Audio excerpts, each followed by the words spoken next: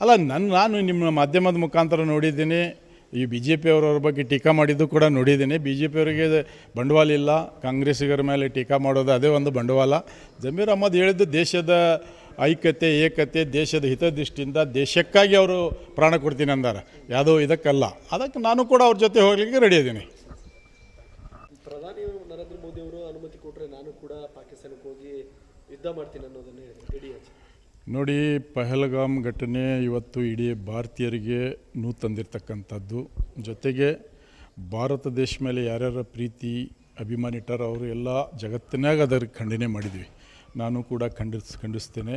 But ನಮ್ಮ ನಾಯಕರು ಜಮೀರ್ ಅಹ್ಮದ್ ಸಾಹೇಬರು ಏನು ನಾನೇ ಹೋಗ್ತೀನಿ ಪಾಕಿಸ್ತಾನಿಗೆ ಅಂತ ಹೇಳಿದಾರಲ್ಲ, ಅದು ನಿಜಕ್ಕೂ ಅವರಲ್ಲಿ ಆ ಧೈರ್ಯ ಇದೆ, ಆ ಸಾಮರ್ಥ್ಯ ಇದೆ. ಬಿ ಜೆ ಪಿಯವರು ಅವ್ರ ಬಗ್ಗೆ ಏನೇನೋ ಹೇಳಕತ್ತಾರೆ ಬಿ ಜೆ ಪಿ ನಾಯಕರು.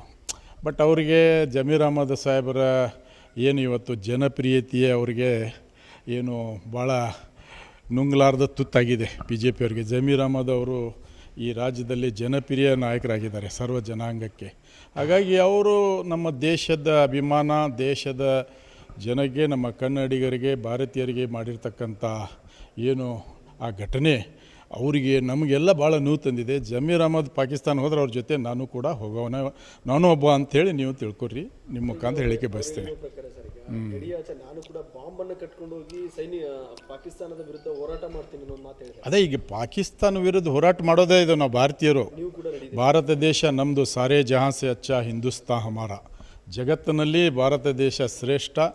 ಭಾರತಕ್ಕೆ ಯಾರೋ ಟಚ್ ಮಾಡಿದರೆ ನಾವು ಬಿಡೋದಿಲ್ಲ. ಪಾಕಿಸ್ತಾನ ಏನು ಇವತ್ತು ಮಾಡಿರ್ತಕ್ಕಂಥ ಹೀಯ ಘಟನೆ, ಅದು ಕೃತ್ಯ, ಅದು ಅವರಿಗೆ ಹೋಗಿ ನಾವು ಜಮೀರ್ ಅಹ್ಮದ್ ನಾವೆಲ್ಲ ಹೋಗೋಕ್ಕೆ ರೆಡಿ. ನಾವು ಈ ನಮ್ಮ ಕೇಂದ್ರ ಸರ್ಕಾರ ಪರ್ಮಿಷನ್ ಕೊಡಲಿ, ಪ್ರಹ್ಲಾದ್ ಜೋಶಿಯವ್ರು ಕೊಡಲಿ, ಸಂತೋಷ್ ಲಾಡ್ ಅವ್ರ ಬಗ್ಗೆ ಮಾತಾಡ್ತಾರೆ, ಜಮೀರ್ ಅಹ್ಮದ್ ಬಗ್ಗೆ ಮಾತಾಡ್ತಾರೆ, ಈ ರಾಜ್ಯದ ಜನಪ್ರಿಯ ಮುಖ್ಯಮಂತ್ರಿಗಳ ಬಗ್ಗೆ ಮಾತಾಡ್ತಾರೆ.